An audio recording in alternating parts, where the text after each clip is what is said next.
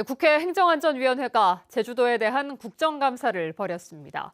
여야 국회의원들은 제주를 찾는 내국인 관광객이 줄어들고 있다며 대책을 요구했고, 문재인 전 대통령의 딸 문다혜 씨의 불법 숙박 영업 의혹을 엄정하게 수사하라고 요구했습니다. 보도에 조인호 기자입니다. 국회 행정안전위원회 소속 의원 21명이 참석한 가운데 열린 제주도 국정감사.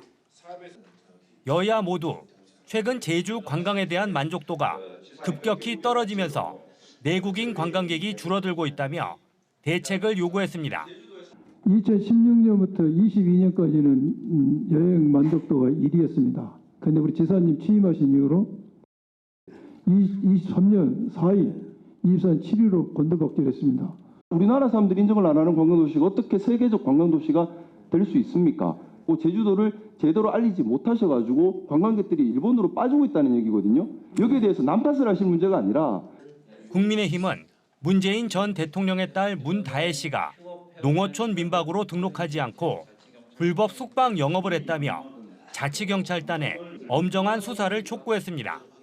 조사하고 그 결과를 밝혀주시기 바랍니다. 이건 법과 원칙에 따라 수사하도록 하겠습니다. 제주도의 위신과 관련된 문제이기도 하고 아까도 얘기한 것처럼 공유 숙박업을 이용하는 사람들에게 안전과 위생, 치안과 관련된 문제가 다 관련이 있습니다.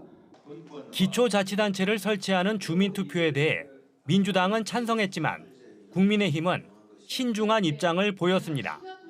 내년 상반기에는 꼭 해야 될 것 같습니다. 꼭 해야 한다고 저는 생각하고요. 예. 특히 늦어도 원래까지는 그래도 주민투표에 대한 방침이 정부 방침이 결정돼야 한다라는 생각을 갖고 있습니다. 알겠습니다. 보통 그 지방자치단체장은 권한을 확대하고 집중하려고 하는데 과감하게 이렇게 분산하고 분권화하려고 하는 그런 노력을 보여주시는 데 대해서 경의를 표합니다. 만약에 지사님 의도대로 다시 기초자치제가 부활되면 지난해 기준으로 교부된 1조 8천억 원, 제주도 총 예산의 30% 달하는 돈이 앞으로 교부되지 않을 가능성도 있어요. 제주도가 캐나다 교과서에 일본 땅으로 표기됐는데도 대응이 부족하고 자치경찰 기마대에서 말이 놀랐다고 안락사시킨 것은 지나치다는 비판도 나왔습니다. 한편 국민의힘은 오영훈 지사가 감사 직전 자리를 떠 지적하자 언성을 높이는 등 태도가 불손했다며 사과를 요구했고 결국 오 지사는 사과했습니다. MBC 뉴스 조은우입니다.